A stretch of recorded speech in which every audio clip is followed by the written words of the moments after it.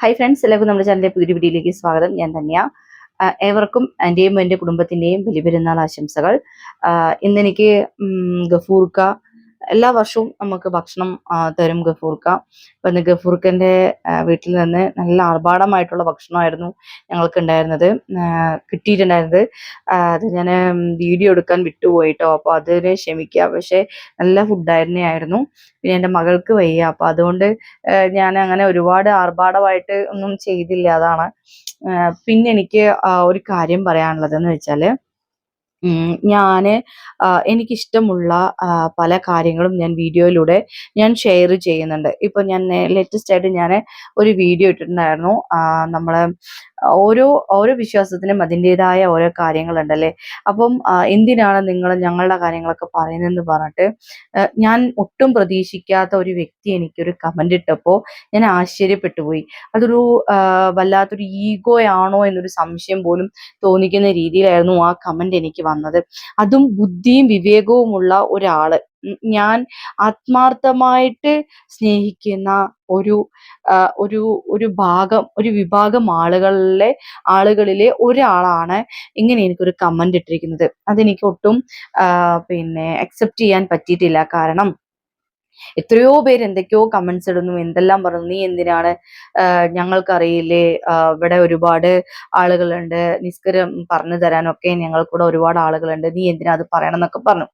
അപ്പം അങ്ങനെ പറയുമ്പോൾ ഒരു ഉസ്താദ് തന്നെ നിന്റെ ലക്ഷ്യം എന്താണ്, നിന്റെ ലക്ഷ്യം എന്താണ്, നിനക്ക് എന്താണ് വേണ്ടത്, അങ്ങനെ ഒരു റോങ് ആയിട്ടുള്ള ഒരു ചോദ്യം ചോദിച്ചപ്പോൾ എനിക്കത് വല്ലാത്തൊരു ഒരു ഒരു വിഷമം ഉള്ളിൽ തോന്നി. കാരണം ഞാൻ ഏറ്റവും കൂടുതൽ ബഹുമാനിക്കുന്ന ഉസ്താദാണ് ബഹുമാനപ്പെട്ട കാന്തപുരം ഉസ്താദ്.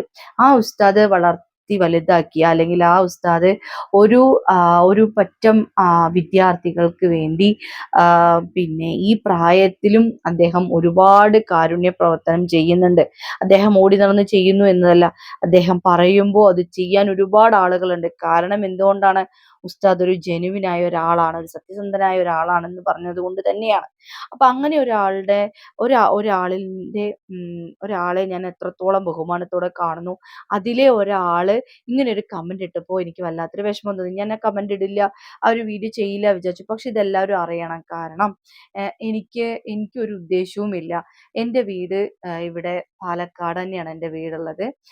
എനിക്ക് അങ്ങനെ ഉദ്ദേശമുണ്ടെങ്കിൽ ഞാൻ എന്നോ എൻ്റെ ഉദ്ദേശം നടപ്പിലാക്കിയേനെ. എനിക്ക് യാതൊരുവിധ ഉദ്ദേശവുമില്ല. നിങ്ങളെല്ലാവരും ഞങ്ങളെ നിങ്ങളുടെ പ്രാർത്ഥനയിൽ ഉൾപ്പെടുത്തുക. പിന്നെ എല്ലാവർക്കും പിന്നെ എന്താ പറയാ, ഓരോ വിശ്വാസങ്ങളുണ്ട്. എല്ലാവർക്കും ഓരോ കാര്യങ്ങളുണ്ടാവും. അത് ഓരോരുത്തരുടെ രീതിയിൽ പോയിക്കൊണ്ടിരിക്കണം. എനിക്കെന്ന് വെച്ച് കഴിഞ്ഞാൽ ഒരു ഒരു വിശ്വാസമുണ്ട്.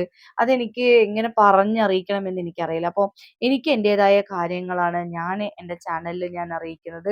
നിങ്ങൾക്ക് ഇഷ്ടമില്ലെങ്കിൽ നിങ്ങൾ വെറുതെ കമന്റ്സ് ഇട്ടിട്ട് വെറുതെ എന്തിനാണ് ആ കമന്റ് വഴി ഒരു ഇതായി പോകുന്നത്? ചിലപ്പോൾ നിങ്ങൾ നല്ല ഉദ്ദേശമാണോ ചീത്ത ഉദ്ദേശമാണോ എന്നറിയില്ല. ഇനി നിങ്ങൾ സംസാരിച്ചത് എനിക്ക് മനസ്സിലാവാഞ്ഞിട്ടാണോ എന്ന് എനിക്കറിയില്ല.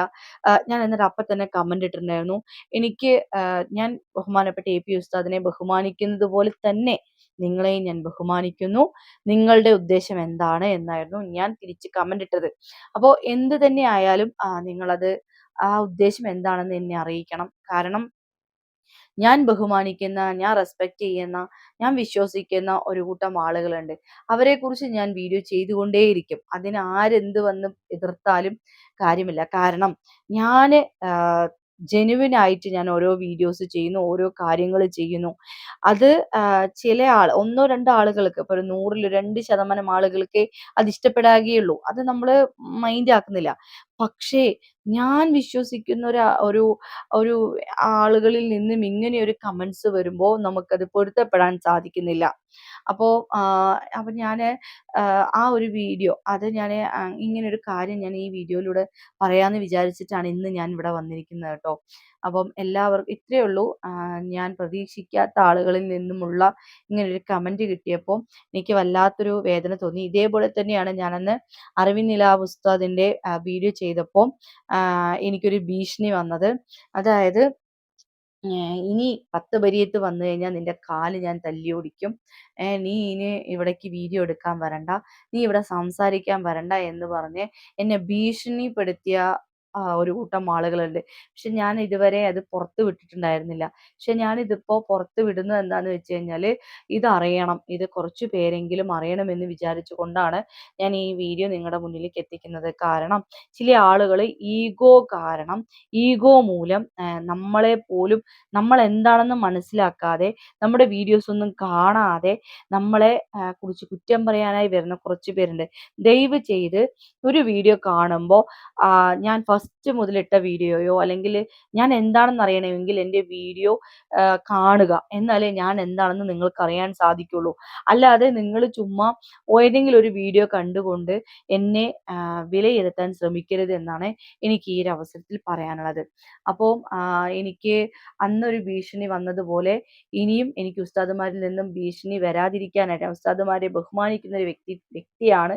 അതുകൊണ്ട് ഞാൻ അവരുടെ ഫോട്ടോ സഹിതം ഞാൻ ഇവിടെ വെക്കുന്നുണ്ട്. കാരണം എന്താണ് നിങ്ങൾ ഉദ്ദേശിച്ചത് എന്ന് എനിക്ക് നിങ്ങൾ പറഞ്ഞു തരണം. കാരണം തെറ്റിദ്ധാരണകൾ ഉണ്ടെങ്കിൽ നമ്മൾക്ക് പറഞ്ഞു തീർക്കണം. അല്ലാതെ ഒരിക്കലും തെറ്റിദ്ധാരണയുടെ പുറത്ത് നമ്മളിടുന്ന വീഡിയോയ്ക്ക് താഴെ നെഗറ്റീവ് ആയിട്ട് വരരുത്.